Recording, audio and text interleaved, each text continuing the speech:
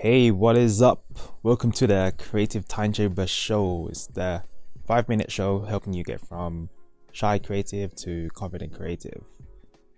Now, January is the month where most of us have set New Year goals, New Year resolutions, but how many of you are staying committed, staying disciplined?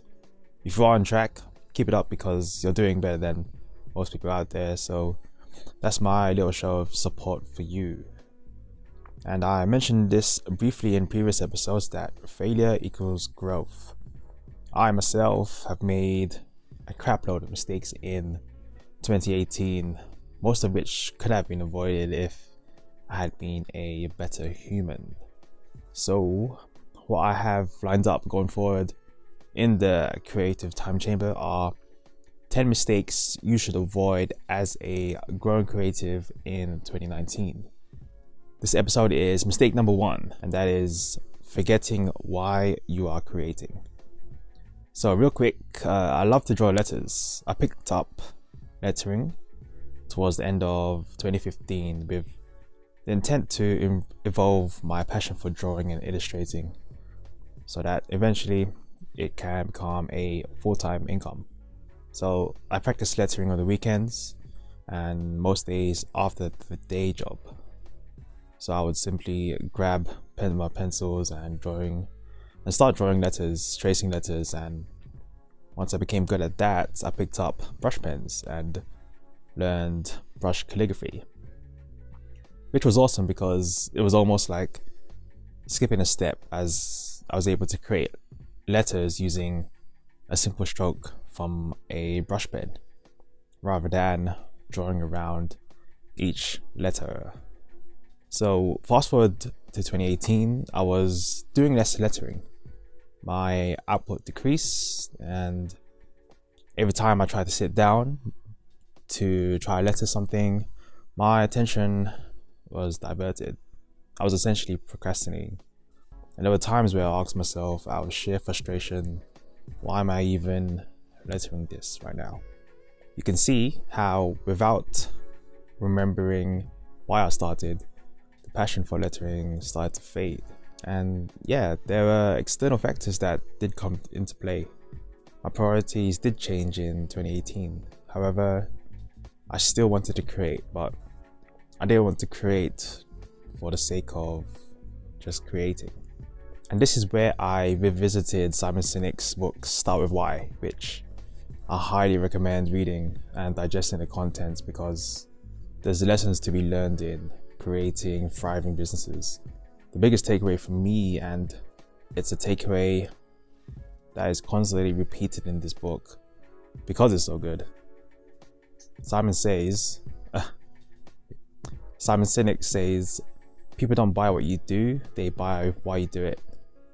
It's the reason why your company exists, why your employees come to work every day, and importantly, why your customers care about your business. That summary didn't do the book justice. However, if getting people on board with your vision is your thing, then I highly recommend reading. And that just reminded me, Simon Sinek also has a TED Talk on this subject. And it's like a primer for reading Start With Why. So I'll link that in the description to that talk. Now, you could be thinking, why? Why do I need to know my why to start creating? Well, if you want to be like me and lose the passion for something you thought was your passion, then no need to learn your why. Or if your goal is to make something you love to do your full-time thing, then uncovering your why, discovering your why will lead to the following benefits. So you set your own standards, which means you set your goals, you create targets, deadlines, best practices, your values, and how you should behave. You'll be in complete control, and the only competition in the moment will be yourself. Your why also helps refocus when you become lost. My vision to why I pursued lettering in the first place was forgotten, which resulted in less practicing and less creating. So by having your why written down, and it could be on anything, paper, digital, body part, if you are creating and you struggle to remember why, go reach for this reason that you set for yourself. It will be like a spark of energy to restart.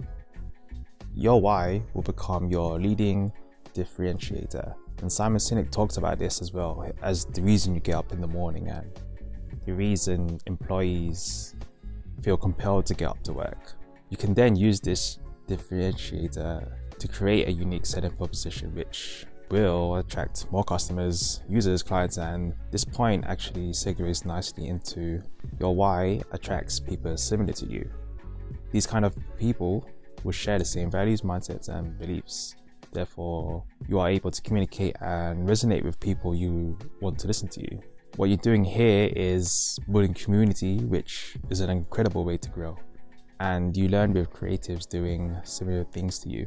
I've been a part actually in a few communities online, which I gotta give a shout out to, and they are the Short Invest community, Design Life community, and more recently the Compass of Design community, which I need to start spending some time in here. But shout out to Darian for inviting me. Cheers, bro. Lastly, knowing your why creates purposeful content. And this is where I believe the real value is at. It's where you're able to shine. It's setting a clear picture for yourself as well as for your audience as to why your work or your product is important. And purposeful content, of course, is better than content that's haphazard. And again, you want to ultimately share work people will resonate with. Also, you want to avoid losing sight of your goal. So remembering your why is like your torch in a dark forest. The journey is rough. I'm currently in this forest called life. So hopefully this helped you begin to think about why you're creating and your reason to believe what you create matters. So man, let me know what your thoughts on this subject are. Do you think it's important to know your why? How do you create purposeful work? Because I'd love to create purposeful episodes for you as well. So share your ideas in the comments and I'll definitely reply. And that is it. Thanks so much for listening. This is the Creative Time Chamber where you enter shy and leave confident. Have a good day and take it easy.